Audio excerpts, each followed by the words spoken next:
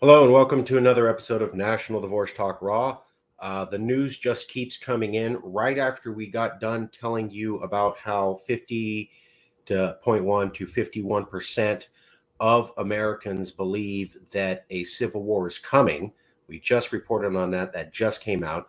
There was yet another poll, and it talked about, would you be okay with splitting America up? And almost half of Americans said yes. That is not being reported by the media.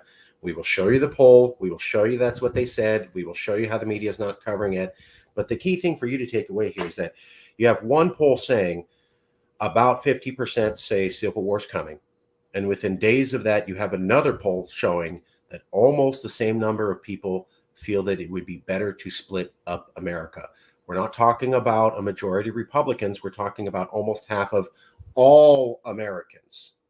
That's not being reported in the news, but we're going to make sure that you stay informed. Just give us about 1 minute right after you check this out.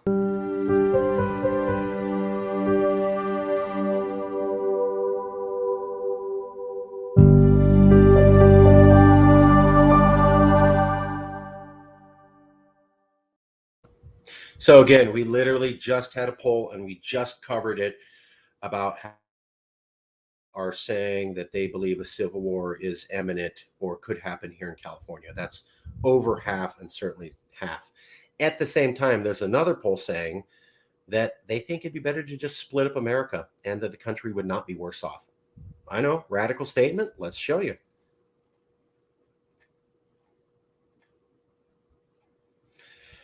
Now, this says many red state Trump voters say they'd be better off if their state seceded from the US. And if you look around right now, you're going to see a lot of newspapers saying Trump voters believe they'd be better off if their state seceded. Trump voters believe Republicans who like Trump believe their state would be better off if it seceded. That's true. But that's not all the data showed. There's an even more startling conclusion buried in the data that the media is not covering. So this title reads, Trump voters and states in Trump's that like and states that voted for Trump and like Trump, or Trump people like Trump, they believe they'd be better off if they seceded. Yes, but that's not the whole picture. So this comes from a poll that was just done by Yahoo News and YouGov. Red state Trump voters are now more likely to say they'd be personally better off than worse off if their state seceded. That's the highlight that they're pointing out. But here's what the poll also asked. And you can see, look at the framing here. Only 1 in 5 Americans say the U.S. would be better off splitting into two separate blue and red countries. And what they're looking at is the purple button, or the purple part of the graph, showing better off. So 21% of U.S. adults say we would definitely be better off as two separate nations. However, I want you to look at the gray section called not sure and the red section called worse off. One way to report on the story, which is what they did, was to look at the purple box and say, well, that represents 1/5 of Americans. So the big story is only 1/5 of Americans believe that separating would definitely be better. Sure.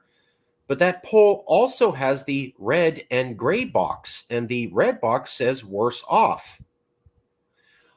Only 49% of independents believe we'd be worse off.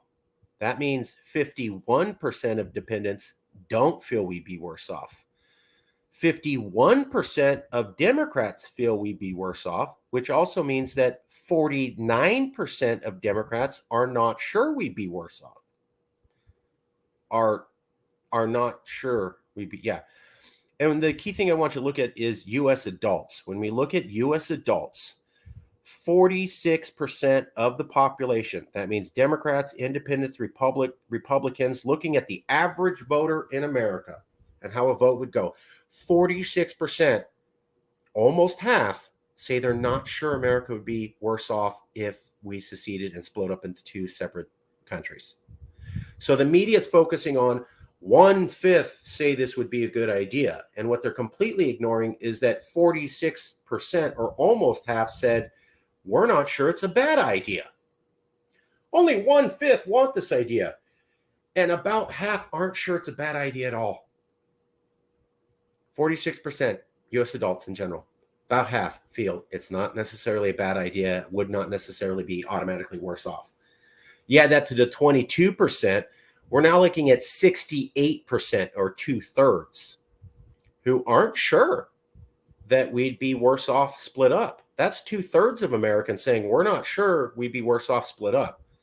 And almost half saying we're not sure. We're definitely sure that we would not be worse off. The news did not report on that.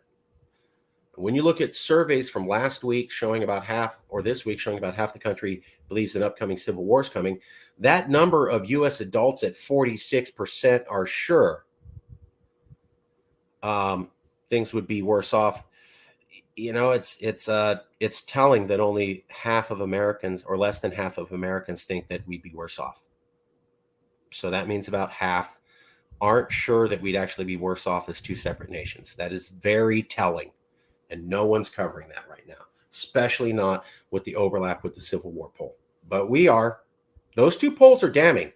You're looking at about half the country says the Civil War is coming, and about half the country says we're not sure that we'd be worse off as two separate countries. Those aren't unrelated phenomena, and especially given that those polls were taken almost back to back, certainly not unrelated. Here's the other thing I want you to look at.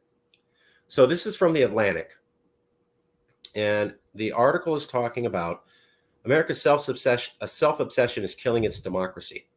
And they're talking about how Republicans are racist and fascists, and they back Trump and they want to destroy American democracy.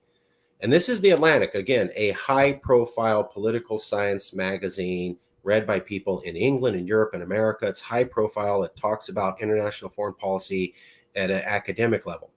And they're saying America's democracy is broken, but we need to fix it. Okay, by Brian Klaas with 2 A's. So then we come down to, how are they planning on fixing American democracy in The Atlantic? What's their plan?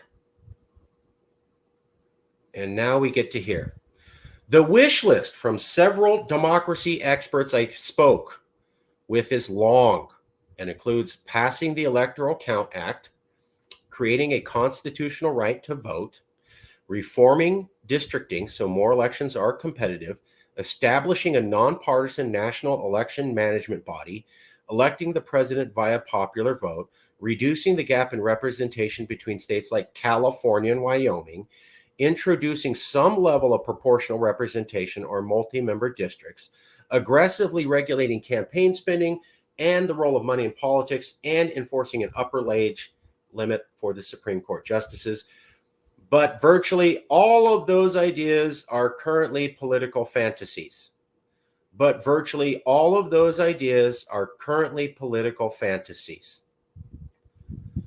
So high-level article, super policy-based, democracy's falling apart in America. What can we do? This Atlantic reporter talked to all sorts of democracy experts, and he got all sorts of ideas on here's how you fix American democracy and what you have to do. And they pointed to those things like get rid of the Electoral College, make it a constitutional right to have voting so Republicans can't undo voting laws, but you'd have to do that at the national constitutional level. Reforming redistricting so elections are more competitive. That's going to have to be at the constitutional level. Establishing a nonpartisan national election management body. Well, if you consider that the Republicans were not really willing to look into the idea that the election was legitimate and they believe the election was illegitimate for Biden, why would they be part of that? And secondly, when you look at the January 6th committee, which was the biggest test of using the system to keep democracy alive, they couldn't get the Republicans on board with that. So you can't even get the Republicans on board with something about is America experiencing a coup and going to be overthrown? And you're going to get them on board with a national election management body when half of them believe the election was stolen. Electing the president via popular vote, that's like an amendment. Reducing the gap in representation between states and Wyoming, you'd have to redo how the Senate is. That's another amendment. Introducing proportional representation. I got to tell you, having worked on that here in California, the Republican Party and the Democratic Party both hate that idea. So the idea of getting proportional representation is about as likely as creating a third party. Regulating campaign spending. Well, there was a guy called Barack Obama who destroyed that.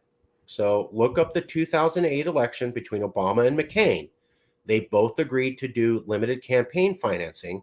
And then the day before the deadline for doing that, Obama completely pulled out of the agreement, didn't tell McCain, took millions of dollars in corporate financing, and McCain's campaign was limited, and therefore he lost. So Democrats screwed Republicans on campaign finance reform, and specifically Obama. Good luck getting them to join again on that. Get the role of money out of politics. Well, the Supreme Court said that corporations are people.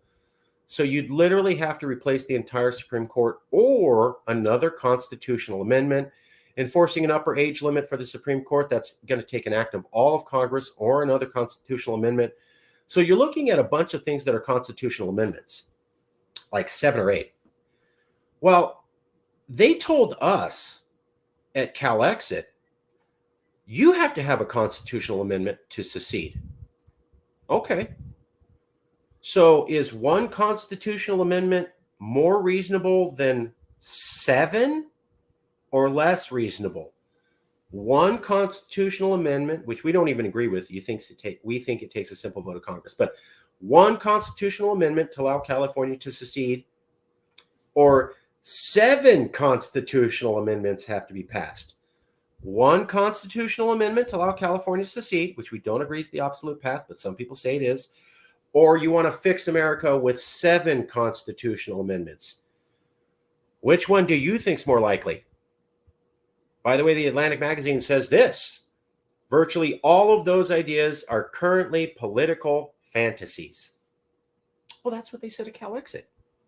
Now a high-level policy magazine is saying fixing America like you think is more fantastic. Here's the other thing that Atlantic Magazine article said. The past 18 months portend a post-Trump GOP future that remains authoritarian.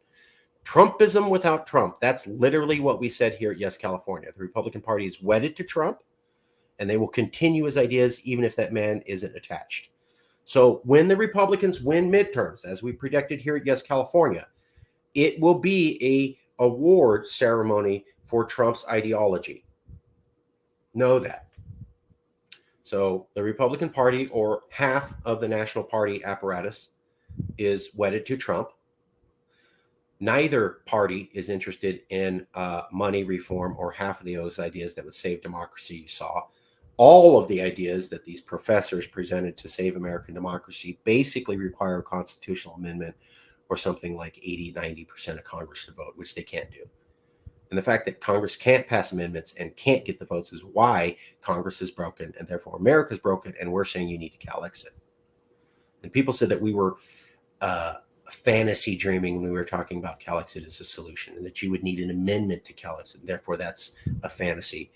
Well, the Atlantic Magazine just said all the ideas to fix American democracy would require an amendment, and they too are all currently political fantasies. When you look at it that way, CalExit seems more reasonable than fixing America. And when you look at the fact that this is how people feel about seceding, well, it's all there, folks. It's all there. All right, that's it for today's show. Wanted to make sure you are up to date on the news that is happening, because as we just proved with this episode and the one before it, these are important topics, and no one in the mainstream news is pointing this out. Literally nobody. The information's out there, but for whatever reason, they won't decide to point that out, except for us. Yeah, you're right, Daniel. Hey, it's up to us. Love you, bro. It's up to us to get the information out there, because we cannot trust the mainstream news. So that's why we do little shows like this. Thanks for the support, Daniel. True California. You are a true Californian, sir. All right, see you guys next time.